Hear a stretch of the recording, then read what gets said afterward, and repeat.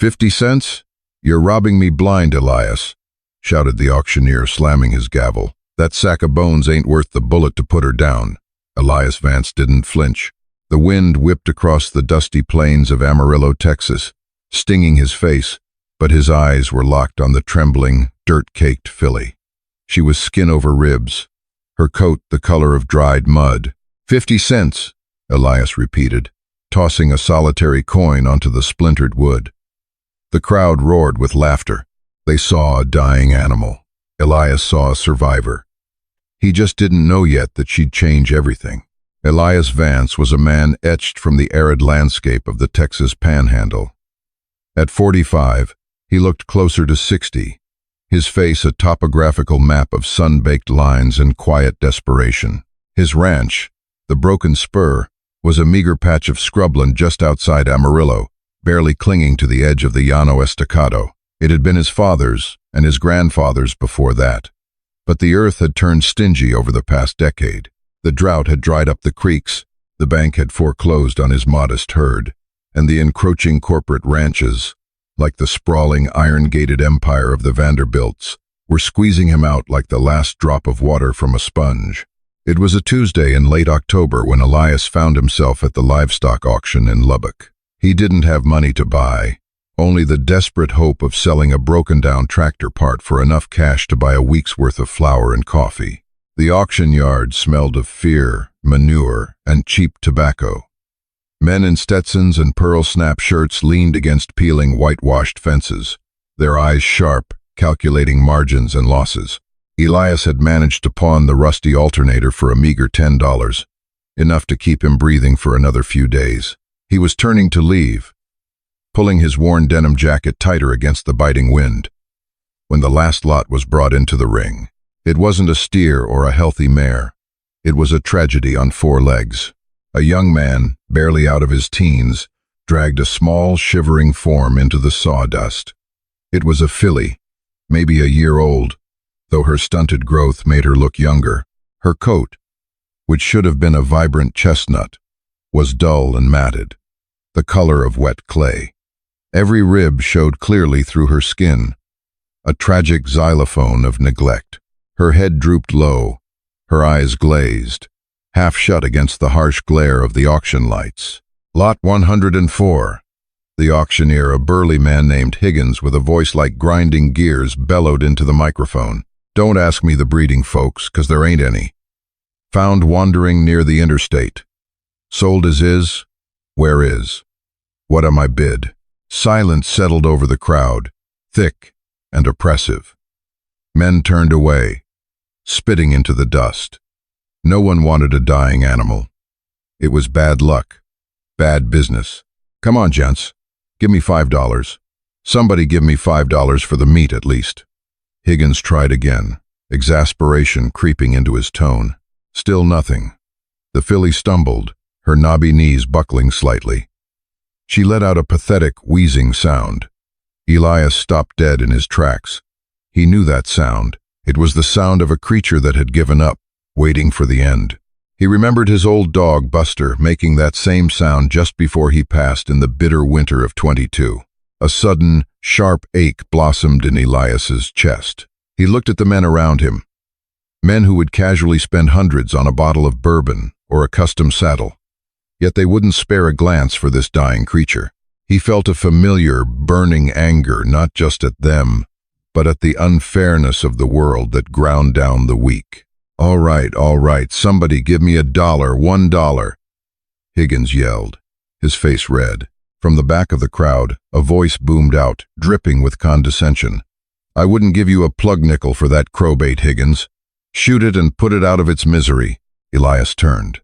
The voice belonged to Harrison Vanderbilt III, the heir to the massive Vanderbilt ranching empire. Harrison was everything Elias was not. Slick, wealthy, and utterly devoid of empathy. He wore a pristine white Stetson and boots that cost more than Elias's truck. Elias looked from Harrison back to the filly. She slowly turned her head, and for a fleeting second, her dull eyes met his. In that moment, Elias didn't see a worthless animal. He saw a reflection of himself battered, discarded, and holding on by a thread. He felt a sudden, irrational surge of protectiveness. He reached into his pocket. He had a $10 bill and a single 50-cent piece he'd found in the dirt outside the diner. 50 cents, Elias called out, his voice raspy but firm. The crowd erupted in a chorus of jeers and laughter. Harrison Vanderbilt III sneered, adjusting his bolo tie. "Vance, you're buying garbage with garbage. Figures." Higgins stared at Elias, dumbfounded. 50 cents? You're robbing me blind, Elias. That sack of bones ain't worth the bullet to put her down. Elias stepped forward, his eyes never leaving the auctioneer. The wind whipped across the dusty plains, but he didn't flinch. 50 cents, he repeated, walking right up to the ring and tossing the solitary coin onto the splintered wood railing. It landed with a dull clink. Higgins hesitated, then sighed, slamming his gavel down. Sold to the fool from the broken spur for 50 cents. Elias hopped the fence. He ignored the mocking stares and the murmurs of derision. He approached the filly slowly, speaking in a low, gentle rumble. She trembled as he laid a calloused hand on her neck. It felt like touching a skeleton covered in thin leather. He had $10 to his name. He was a fool. But as he led the faltering creature out of the ring, towards his battered Ford F-150, he felt a strange sense of purpose he hadn't known in years. The drive back to the broken spur was agonizingly slow. Elias had to stop twice, terrified the filly had passed away in the back of the truck. Each time he found her huddled in the corner, a mound of misery, but still drawing ragged breaths. He had lined the bed with old moving blankets, a futile attempt to cushion the bone-jarring ride over the rutted dirt roads. When he finally pulled into his yard, the silence of the ranch felt heavier than usual. He had no barn to speak of, just a lean-to attached to the side of the house that he used to store feed he no longer had. He carried her. She was frighteningly light, no more than 300 pounds, and laid her gently on a bed of clean straw he'd scraped together from the corners. For the first 3 days, she didn't stand. Elias spent almost every waking hour with her. He used the $10 to buy molasses, oats, and a cheap bottle of pediatric electrolytes from the local Dollar General. He mixed a gruel, hand-feeding her spoonful by agonizing spoonful. He fetched buckets of water from the deep well, using a sponge to wet her cracked lips when she was too weak to drink. The nights were the hardest. The October chill seeped through the thin walls of the lean-to. Elias slept on a pile of horse blankets beside her, waking every hour to check her breathing. He talked to her constantly, his voice a steady, rumbling murmur in the dark. He told her about his father, about the days when the broken spur was green and thriving, about the dreams he used to have. On the morning of the 4th day, a weak ray of sunlight pierced through the cracked window of the lean-to, illuminating dust motes dancing in the air. Elias awoke with a stiff back, his joints protesting the cold ground. He looked over at the straw bed. The filly was standing. She was shaky, her legs spread wide for balance.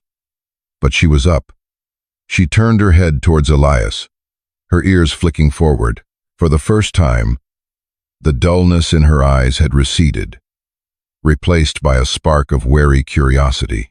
Elias slowly stood up, a tight knot forming in his throat. He offered her a handful of the sweet feed gruel.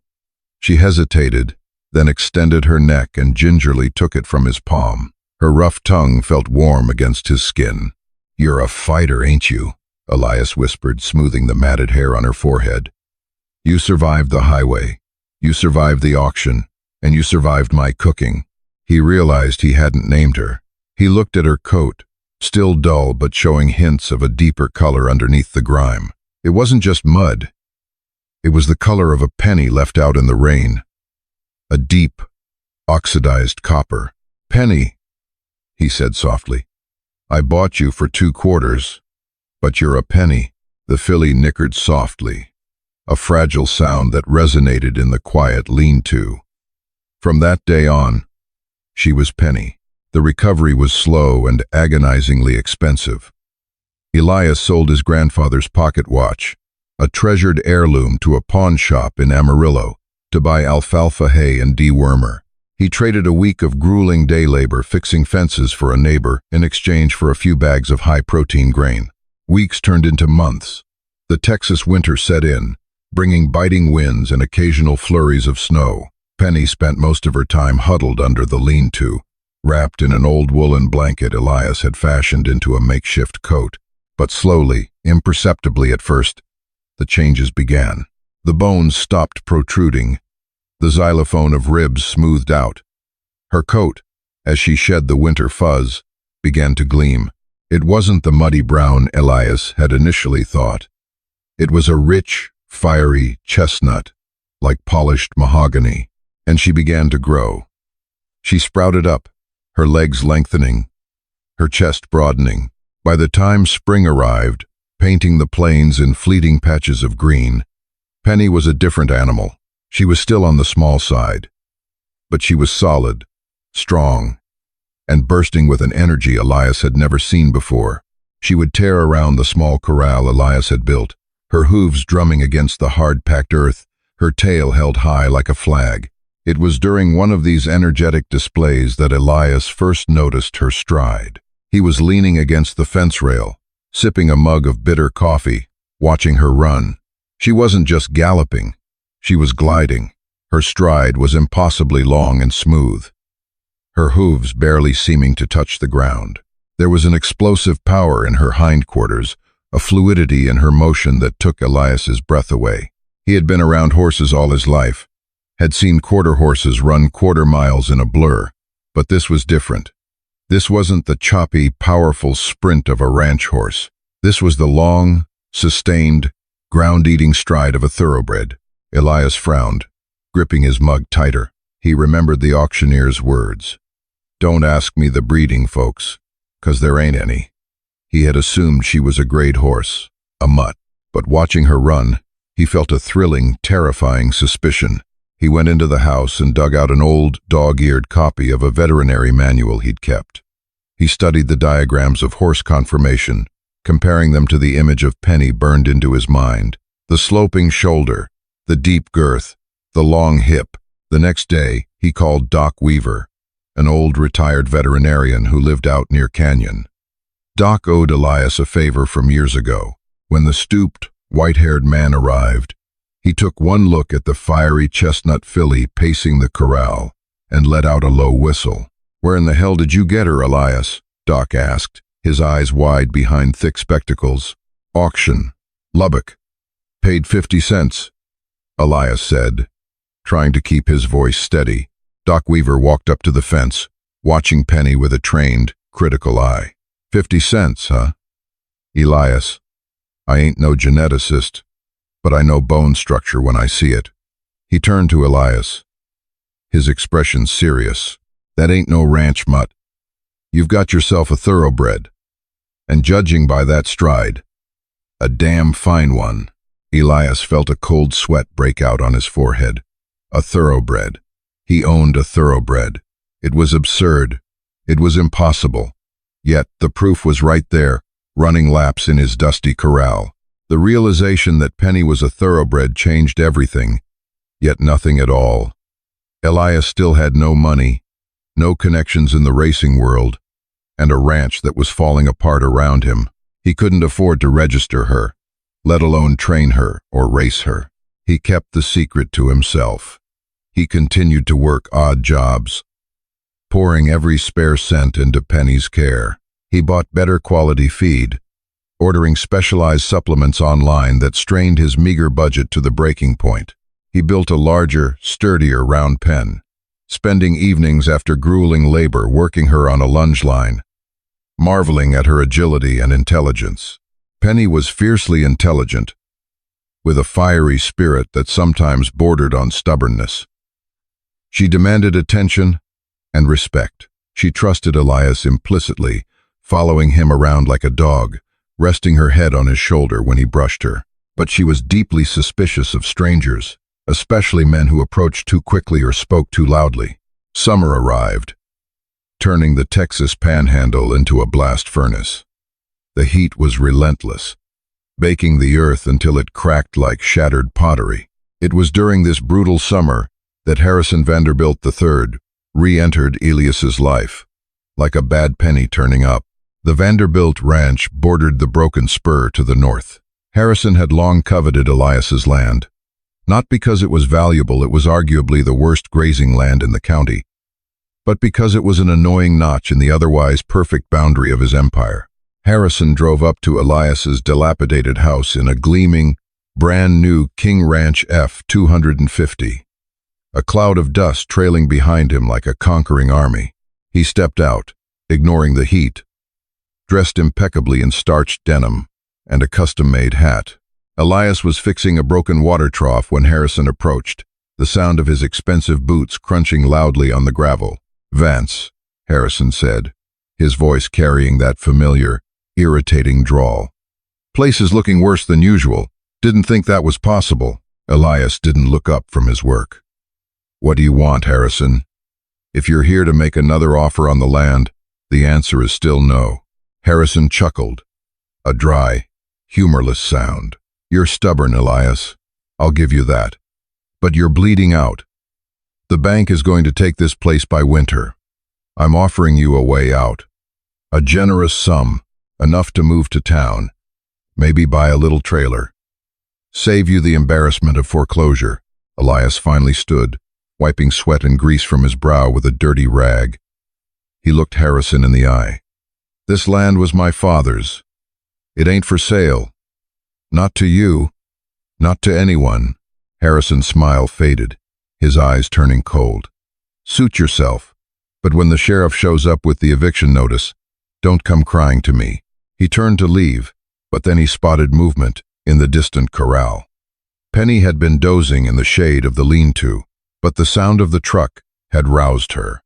She trotted out into the sunlight, her coat shimmering like polished copper, her head held high, ears pricked forward. Harrison stopped dead. He stared at the filly, his eyes narrowing. He was a wealthy, arrogant man, but he knew horses. He recognized quality when he saw it.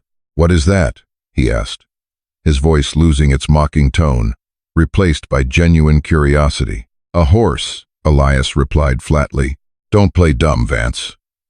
I know what a horse looks like. Where did you get her?" Harrison walked towards the fence, leaning against it, studying Penny intensely. "She wasn't here last year." "Bought her at auction," Elias said, a knot of apprehension forming in his gut. "The 50-cent wonder?" Harrison laughed, but it was forced. "You've got to be kidding me. That's the crowbait you bought in Lubbock?" She recovered. Harrison continued to stare. Penny, sensing his scrutiny, pinned her ears back and snorted, pawing the ground aggressively. "She's got good lines," Harrison muttered, almost to himself. He turned back to Elias, a calculating gleam in his eye. "Tell you what, Vance, I'm a sporting man. I'll give you $500 for her right now. Cash." Elias felt a surge of anger. $500 was a fortune. It would pay the back taxes and keep the bank off his back for another few months. But the thought of handing Penny over to this arrogant man, a man who had told the auctioneer to shoot her, turned his stomach. "She ain't for sale," Elias said, his voice hard. Harrison's face darkened. "Don't be a fool, Elias. $500 is more money than you've seen in a year. That animal is too much for you to handle anyway. She needs proper training, proper facilities. Things you can't provide." "I said, she ain't for sale." Harrison stepped away from the fence, his expression contemptuous. "Fine. Keep your 50-cent nag, but don't think you've won anything, Vance. This land will be mine. It's only a matter of time." He got into his truck, slammed the door, and sped off, the tires spitting gravel. Elias watched the dust settle, a deep sense of unease settling over him. He had made an enemy of a powerful man. Harrison Vanderbilt was not accustomed to being told no. He would not forget this, and Elias knew, with a sinking certainty, that this was only the beginning. He walked over to the corral. Penny trotted over to him, nudging his chest with her soft muzzle. Elias wrapped his arms around her neck, burying his face in her mane. "It's just you and me, girl," he whispered. "Just you and me." Desperation is a powerful motivator. As autumn approached, the bank's letters turned from polite reminders to harsh threats of foreclosure. Elias was drowning. He needed a miracle, and the only miracle he had was a fiery chestnut filly with a stride like running water. He couldn't race her officially. He had no papers, no jockey, and no money for entry fees. But he knew of places where rules were loose, and money changed hands in dirty, crumpled wads. Deep in the scrubland south of Amarillo, near the Palo Duro Canyon, was a makeshift, unsanctioned track known locally as the Dust Bowl. It was a straight, quarter-mile stretch of hard-packed dirt, bordered by broken fences and rusted-out cars serving as grandstands. It was a place for outlaws, dreamers, and desperate men. Races were held on Sunday afternoons, fueled by cheap beer and high stakes. Unregulated betting. Elias had never been a betting man, but he had no choice. He spent his last $20 on a tank of gas and drove Penny to the Dust Bowl. The atmosphere was thick with dust and tension. Men with hard eyes and calloused hands milled around, assessing the horses, a mix of rugged quarter horses, retired racers with dubious histories, and muscular mustangs. Elias felt completely out of place. He was older, quieter, and his truck was arguably the worst vehicle in the lot. He unloaded Penny. She stepped out of the trailer, her ears flicking nervously at the noise and the chaotic energy. She looked delicate compared to the heavily muscled quarter horses, but her coat shone, and she carried herself with a strange, nervous energy. Elias found the man organizing the races, a large, sweaty fellow named Big Jim, who operated out of the back of an old converted school bus. "Entry fee is $50, Big Jim grunted, barely looking up from his ledger. "I ain't got 50, Elias said, his voice tight. "I got this." He pulled out a worn silver pocket watch, the last thing of value he owned, returned to him by the pawnshop owner, out of pity, a month prior. "It's solid silver, worth at least 100. Big Jim took the watch, inspected it with a jeweler's loupe, and pocketed it. "All right, old man. You're in race 4. Quarter-mile sprint. Winner takes the pot, usually around 500. Elias nodded, his heart hammering against his ribs. $500. It would buy him a month. He needed a jockey. He approached a group of young, wiry men hanging around the fringes, boys who looked like they'd grown up on the backs of horses. He offered them 20% of the winnings if they rode Penny. A kid named Mateo, barely 16 with a face smudged with dirt and grease, stepped forward. "I'll ride her, mister. I ain't heavy, and I know how to stick," Elias agreed. He spent the next hour walking Penny, trying to keep her calm. The other races went off with chaotic roars from the crowd, clouds of dust obscuring the finish line. When race 4 was called, Elias led Penny to the makeshift starting line. There were 5 other horses, all big, heavily muscled animals that looked like they belonged in a rodeo, not a race. Their riders sneered at the skinny chestnut filly and the dirty kid on her back. "Keep her steady, Mateo," Elias said, gripping the bridle tight. "When they drop the flag, just give her her head. Don't push her, just let her run." Mateo nodded, looking pale but determined. The starter, a man with a red bandana, raised a frayed flag. The horses danced nervously, kicking up dirt. The noise of the crowd swelled. The flag dropped. The quarter horses exploded off the line, huge chunks of dirt flying from their hooves. Penny hesitated for a fraction of a second, startled by the sudden violence of the start. She was immediately left in the dust, trailing the pack by 3 lengths. Elias's heart sank. He had lost everything. But then, he saw it. The stride. Once Penny found her footing, she didn't sprint like the quarter horses. She lengthened out. She found that impossible fluid rhythm, while the other horses churned the dirt with brute force. Penny seemed to skim over it. By the halfway mark, she had caught the back of the pack. The crowd, initially dismissive, began to notice. A murmur rippled through the spectators as the skinny chestnut filly began weaving through the massive bodies of her competitors. She moved with an eerie grace, dodging flying clods of dirt. Mateo was plastered to her neck, doing exactly as Elias had instructed, just holding on and letting her run. With 50 yards to go, she pulled even with the leader, a massive black stallion. The stallion's rider whipped him furiously, but the stallion was maxed out, his breathing labored. Penny, however, looked like she was just getting started. She passed the stallion effortlessly, her ears flat against her head, her eyes fixed on the finish line. She crossed the wire 2 lengths ahead of the pack. A blur of copper and speed, the Dust Bowl erupted. It wasn't cheers, but stunned silence, followed by a roar of disbelief. Men who had bet heavily on the favorite threw their hats in the dirt. Cursing, Elias stood at the finish line, tears mixing with the dust on his face. He rushed over as Mateo pulled Penny up. She was blowing hard, but her eyes were bright, alive with the thrill of the run. Big Jim handed Elias a wad of crumpled bills, $520. He looked at Elias with newfound respect. "Where the hell did you find that animal, mister?" "She's a 50-cent special," Elias said, a rare smile cracking his weathered face. He paid Mateo his share, loaded Penny into the trailer, and drove home. He had won a battle, but he knew the war was far from over. Word would spread. A horse that fast couldn't stay a secret for long. And he was right. The Dust Bowl victory was the spark that ignited a dangerous fire. News in the Texas Panhandle traveled faster than a prairie fire in July. The story of the 50-cent filly tearing up the outlaw track at Palo Duro reached the ears of Harrison Vanderbilt III within a week. Harrison was sitting in the mahogany-paneled office of the Vanderbilt ranch house, nursing a glass of expensive bourbon, when his foreman, a grizzled man named Stokes, delivered the news. "Beat Blackjack by 2 lengths, boss," Stokes said, shifting uncomfortably under Harrison's cold gaze. "They say she looked like she was flying." Harrison's grip tightened on the crystal glass until his knuckles turned white. He remembered the skinny, defiant creature in Vance's corral.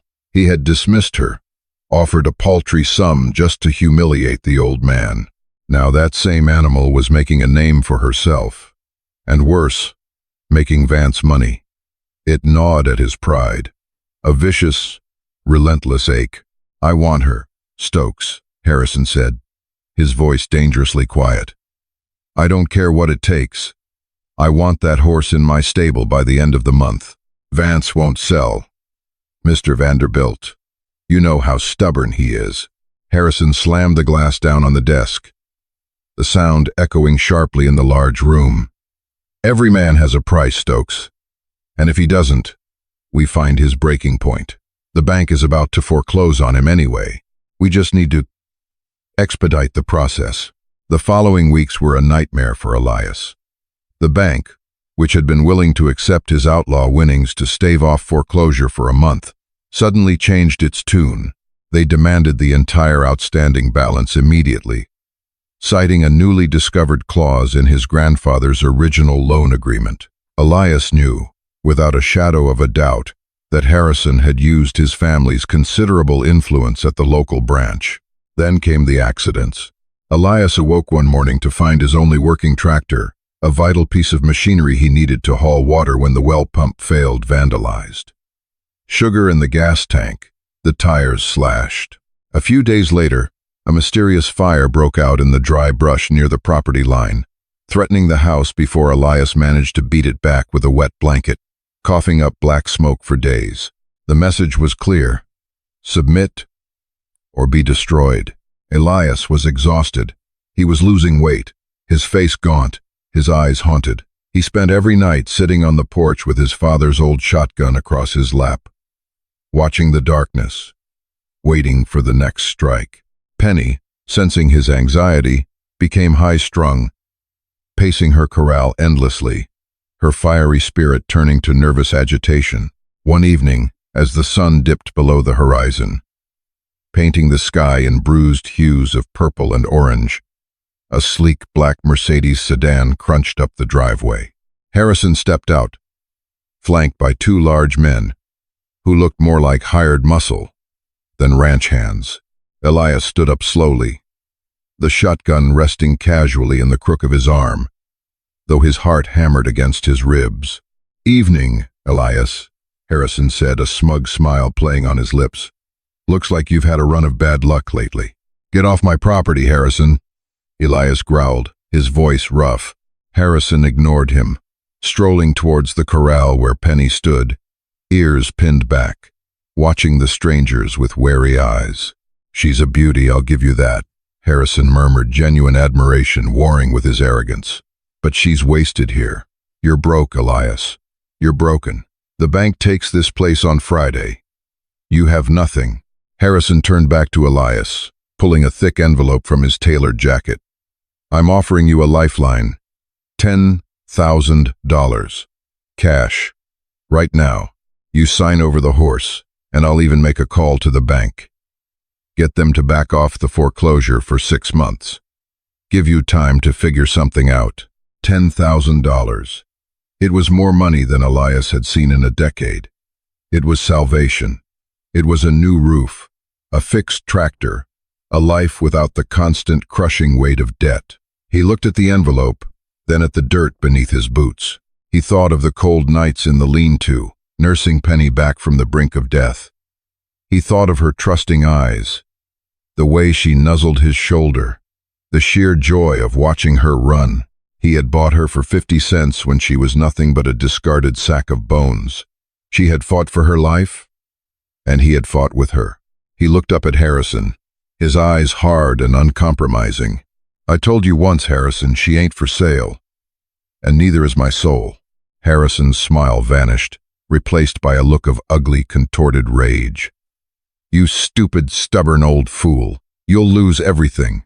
The bank will take the land, and I'll buy the horse at the sheriff's auction for pennies on the dollar. Then you'll have to wait till Friday, Elias said, jacking a shell into the chamber of the shotgun with a loud, metallic clack. Now get the hell off my land. Harrison stared at the gun, then at Elias's unwavering gaze. He knew when he was beaten, temporarily at least. He spun on his heel, motioning to his thugs. You'll regret this, Vance. Harrison spat as he got into his car. I promise you that. As the Mercedes disappeared into the gathering dark, Elias slumped against the porch railing, the shotgun heavy in his hands. He had drawn a line in the sand. Friday was 4 days away. He had no money, no plan, and a powerful enemy determined to ruin him. But as he looked over at Penny, standing tall and proud in the moonlight, he knew he had made the only choice he could. Desperation breeds audacity. With foreclosure looming on Friday, Elias knew the outlaw track wouldn't cut it. The purses were too small, the risks too high. He needed real money, legitimate money, and he needed it fast. He spent the night poring over an old, dog-eared copy of the daily racing form he'd scavenged from a local diner. He was looking for a miracle, and he found it buried in the back pages. The Ruidoso Downs Futurity Trials in New Mexico. Ruidoso Downs was a legendary track, a grueling 4-hour drive away. The Futurity was one of the richest races in the Southwest, a proving ground for young, untested horses. The trials, held a week before the main event, offered a substantial purse for the winners of each heat, enough to pay off the bank and secure his land. The entry fee, however, was $2,000. Elias had $30 to his name. The next morning, he drove into Amarillo, his truck rattling ominously. He didn't go to the bank. He went to see Thomas Grady, an old friend of his father's, who owned a sprawling car dealership on the edge of town. Grady was a shrewd businessman, but a fair one. A man who respected hard work and loyalty. Elias walked into the plush, air-conditioned showroom, his dusty boots leaving faint tracks on the polished tile. He found Grady in his office, a cigar clamped between his teeth, poring over sales figures.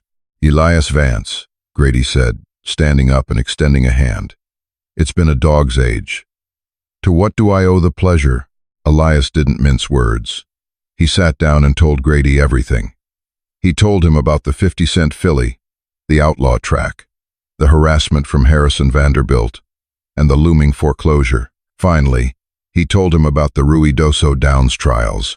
I need $2,000, Tom, Elias said, looking the older man dead in the eye. I know it's a hell of an ask. I ain't got collateral except my word and a horse that ain't got no papers. But she's fast, Tom. Faster than anything I've ever seen. Grady leaned back in his chair, puffing slowly on his cigar. the smoke curling around his head like a halo. He studied Elias for a long time. "You're a fool, Elias," Grady finally said, his voice rumbly. "A desperate, stubborn fool." He sighed, leaning forward and tapping ashes into a crystal tray. "But your daddy was a good man. And Vanderbilt is a pompous ass who needs taking down a peg." Grady opened his desk drawer and pulled out a checkbook. He wrote rapidly, tore the check off, and slid it across the desk. It was made out for $3,000. "2 for the entry, 1,000 for expenses," Grady said, his eyes hard. "You get a proper jockey, Elias, not some kid off the street. And you win that damn race, because if you don't, I own that filly." Elias stared at the check, his hands trembling slightly as he picked it up. "You have my word, Tom. I won't let you down." The next few days were a blur of frenzied activity. Elias paid the entry fee online, securing a spot in the final heat of the trials. He used the remaining money to buy a decent set of racing tack, proper feed, and most importantly, he hired a jockey. He found an older, seasoned rider named Pops Henderson, a man who had ridden in the big leagues decades ago but now scraped by riding at smaller, regional tracks. Pops was quiet, observant, and had hands as gentle as a whisper. When he rode Penny in a practice run, he came back with a look of quiet awe on his weathered face. "She ain't just fast, Elias," Pops said, patting Penny's damp neck. "She's smart. She understands the run. She wants to win." Thursday morning, the day before the foreclosure, Elias, Pops, and Penny loaded into the rickety trailer and began the long drive to Ruidoso, New Mexico. The landscape shifted from the flat, dusty plains of Texas to the rolling, pine-covered mountains of the Sacramento Range. Ruidoso Downs was a different world.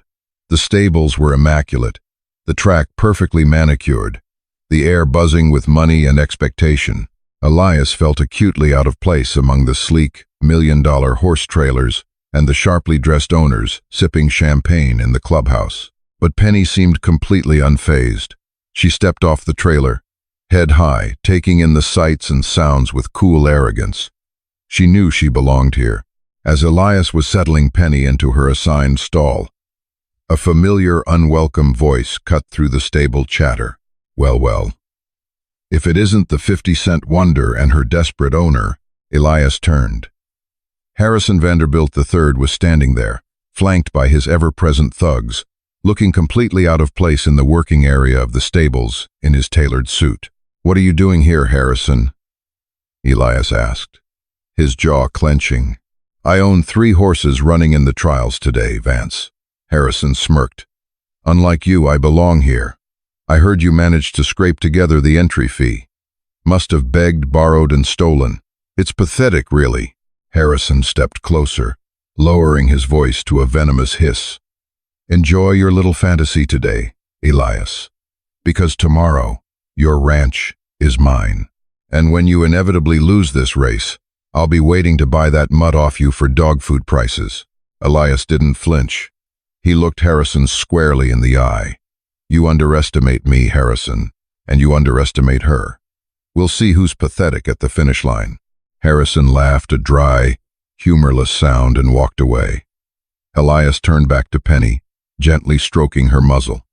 The air was thick with tension, the stakes higher than they had ever been. It wasn't just about the money anymore. It was about survival, pride, and proving that worth isn't measured in dollars, but in heart. The air at Ruidoso Downs was electric, thick with the smell of sweet feed, damp earth, and adrenaline. The majestic Sacramento Mountains provided a stunning, incongruous backdrop to the raw tension vibrating around the track. This was the final heat of the futurity trials, the last chance for the unknowns to prove they belonged among the elite. Elias stood by the paddock fence, his knuckles white as he gripped the white-painted wood. Pops Henderson, clad in borrowed, slightly faded silks, was talking softly to Penny. The filly looked magnificent. The mountain air seemed to have sharpened her senses. Her copper coat gleamed like a newly minted penny under the harsh track lights, and her muscles twitched with barely contained energy. Next to her in the saddling enclosure stood Harrison Vanderbilt's prized entry, a massive, imposing gray colt named Silver Sovereign. The colt had cost Harrison $500,000 at the Keeneland sales and was the heavy favorite. Harrison stood nearby, a smug, expectant smile plastered on his face, surrounded by a sycophantic entourage. He didn't even glance in Elias's direction. He had already dismissed them. The call came for the riders to mount. Pops swung smoothly into the saddle. Penny tossed her head, letting out a sharp, impatient snort. "Keep her settled, Pops," Elias said, his voice tight. "She's nervous." "She ain't nervous, Elias," Pops replied, a grim smile touching his lips. "She's ready." The horses were led out onto the meticulously groomed dirt track. The grandstands, packed with spectators and high-rolling bettors, roared as the field paraded past. The announcer's voice boomed over the loudspeakers, rattling off pedigrees and odds. When he got to Penny, he paused, and running in the outside post, number 8, is Penny, breeding unknown, owned and trained by Elias Vance. A ripple of laughter, quickly stifled, passed through the crowd near the Vanderbilt box. A horse with no papers, no breeding, was a joke in this company. The horses were loaded into the starting gate. The metal structure clanged and groaned as the powerful animals shifted anxiously inside the narrow stalls. Penny was loaded last. She walked in calmly, but Elias could see the intensity in her eyes. She was focused entirely on the empty stretch of dirt ahead. The starter raised his hand. The stadium fell into a tense, breathless silence. The only sound was the wind whipping across the track. Clang. The gates burst open. The ground shook as 8,000 pounds of muscle and bone exploded forward. The start was chaotic. Silver Sovereign broke perfectly, seizing the lead immediately, his massive strides eating up the ground. Two other highly favored horses tucked in right behind him. Penny, starting from the outside, got caught in the wash. A nervous bay gelding veered sharply to the right, cutting her off and forcing Pops to check her momentum hard to avoid a collision. Elias's heart sank into his boots. She had lost 3 lengths right out of the gate. In a short sprint, a bad start was usually a death sentence. The crowd roared, the sound rolling down from the grandstands like a physical wave. The announcer's voice was frantic. "It's Silver Sovereign taking command early. Thunderstruck in second, and the unknown filly Penny is dead last." Caught in traffic, they hit the halfway mark. Silver Sovereign was extending his lead, his gray coat a blur of power. Harrison Vanderbilt was already celebrating, turning to his entourage with a triumphant grin. But Pops Henderson wasn't done. He hadn't panicked. He knew what he had under him. He steered Penny toward the rail, finding a small gap in the churning pack. He leaned forward, laying low over her neck, and finally asked her for speed. It wasn't an explosive burst. It was a devastating acceleration. Penny lengthened her stride, finding that fluid, impossible rhythm Elias had first seen in the dusty corral. She didn't seem to be running harder. She just seemed to be covering more ground with every step. She passed the stragglers as if they were standing still. She wove through the middle of the pack, a fiery streak of copper, her ears pinned flat, her focus absolute. "Look at this," the announcer screamed, his voice cracking. "Here comes the unknown. Penny is moving like a freight train on the rail." With 50 yards to go, she pulled even with Thunderstruck in second place. Thunderstruck's jockey went to the whip, desperately urging his horse on. But it was useless. Penny blew past him without Pops ever raising his stick. Only Silver Sovereign remained. The massive gray colt was tiring, his strides shortening slightly, but he still held a commanding lead. Harrison's smile faltered, his hands gripping the railing of his luxury box.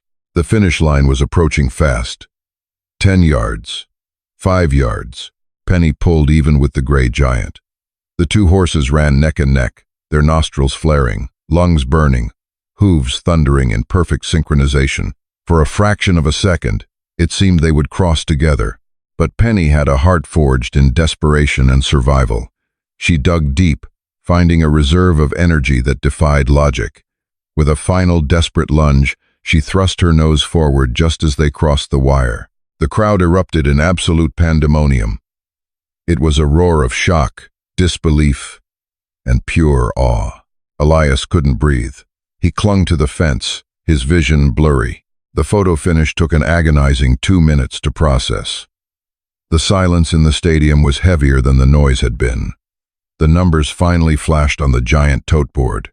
First place, number 8, Penny. She had won by a nose. Elias collapsed against the fence, a sob tearing from his throat. He had done it. They had done it. He pushed through the bewildered crowd, running toward the winner's circle. Pops was already unsaddling her. Penny was lathered in sweat, her chest heaving, but her eyes were bright, triumphant. Elias threw his arms around her neck, burying his face in her mane, not caring who saw him cry. "You did it, girl," he whispered, his voice trembling. "You saved us." A sharp, angry voice cut through his joy. "This is a fix, a goddamn travesty." Harrison Vanderbilt stood at the edge of the winner's circle, his face purple with rage. He looked like a man who had just watched his empire crumble. "That animal is a ringer," Harrison screamed, pointing a shaking finger at Penny. "I demand a drug test. I demand an investigation." The track stewards, already converging, looked at Harrison with a mixture of pity and annoyance. "Mr. Vanderbilt, all horses are tested," the head steward said calmly. "The results are final." Harrison glared at Elias, pure hatred radiating from his eyes. But he knew it was over.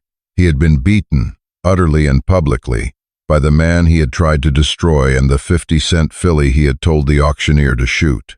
He turned and stormed away, his entourage scrambling to keep up, his arrogance shattered. Elias watched him go, feeling a profound sense of peace settle over him. He turned back to Penny, the flashbulbs of the track photographers popping around them. He had his ranch, he had his horse, and he had proven that sometimes the most valuable things in life are the ones others throw away. The fallout from Ruidoso Downs was seismic. The story of the 50-cent filly exploded beyond the local racing circuits, capturing the imagination of the national sporting press. It was the ultimate underdog narrative, a broke rancher, a discarded animal, and a triumph against a wealthy, arrogant villain. Elias Vance returned to the Broken Spur not as a desperate man facing ruin, but as a local hero. The purse from the futurity trials was substantial, more than enough to pay off the bank in full, with enough left over to finally fix the roof, replace the vandalized tractor, and hire a few reliable ranch hands. When Elias walked into the bank on Friday morning, 5 minutes before they opened, the branch manager, who had gleefully prepared the foreclosure documents days earlier, looked as if he'd swallowed a lemon. Elias slapped the certified check on the counter, the sum precisely covering his debt, down to the last penny. He didn't say a word. The silence was far more satisfying than any gloating. But the victory at Ruidoso was just the beginning. Penny had proven her speed, but the racing world remained skeptical of her murky origins. Without official papers, she was barred from many prestigious races. The mystery of her bloodlines gnawed at the racing community. How could a great horse possess such explosive power and stamina? The answer arrived a month later, courtesy of a determined equine geneticist from Texas A&M, who had read about Penny's miraculous win. Dr. Eris Thorne contacted Elias, offering to run a comprehensive DNA analysis, pro bono, simply to satisfy his own scientific curiosity. Elias, wanting the best for Penny and tired of the whispers, agreed. The results, delivered in a thick, unceremonious envelope a few weeks later, hit the racing world like a thunderbolt. Penny wasn't a mutt. She was the unregistered progeny of Desert Phantom, a legendary, temperamental thoroughbred stallion whose stud fee was astronomical, and a high-quality but unproven racing mare who had tragically died in a trailer accident shortly after Penny was born. In the chaos following the accident, the bewildered farmhand tasked with transporting the foal had abandoned her near the interstate, leading to her eventual arrival at the Lubbock auction. She was horse racing royalty. Lost and found. The revelation changed everything instantly. The lack of registration papers became a mere administrative hurdle, quickly cleared by the sheer weight of her genetic proof and the intervention of powerful racing syndicates desperate to acquire her. Offers began pouring into the broken spur. They started at $50,000, quickly jumped to $100,000, and within weeks, as Penny continued to dominate regional races with Pops Henderson in the saddle, the offers reached the stratosphere. Elias sat on his newly repaired porch, reading a formal offer letter from a renowned Kentucky breeding syndicate. The number printed in bold black ink was staggering. $1 million. He looked up from the paper, his eyes finding Penny. She was grazing peacefully in a newly expanded, lush green pasture, her copper coat gleaming in the late afternoon sun. She was no longer the frightened, emaciated creature he had carried in the back of his truck. She was a champion, fierce, proud, and undeniably beautiful. He thought about the $1 million. It was a sum he couldn't have comprehended a year ago. It meant total security, a life of comfort, a legacy he could leave behind. It was everything he had ever stressed about, solved with a single signature. But then he remembered the auction yard in Lubbock. He remembered the smell of fear, the mocking laughter, and the way her dull eyes had met his. He remembered the cold nights in the lean-to, nursing her back to life, the shared silence, the unspoken bond forged in desperation. He remembered Harrison Vanderbilt's arrogant sneer. Every man has a price. Elias stood up, the letter crinkling in his weathered hand. He walked over to the fence, whistling sharply. Penny lifted her head, her ears pricking forward, and trotted over to him, nudging his shoulder affectionately. $1 million, girl, Elias said softly, stroking her neck. They think that's what you're worth. Penny snorted, shaking her head, as if dismissing the notion entirely.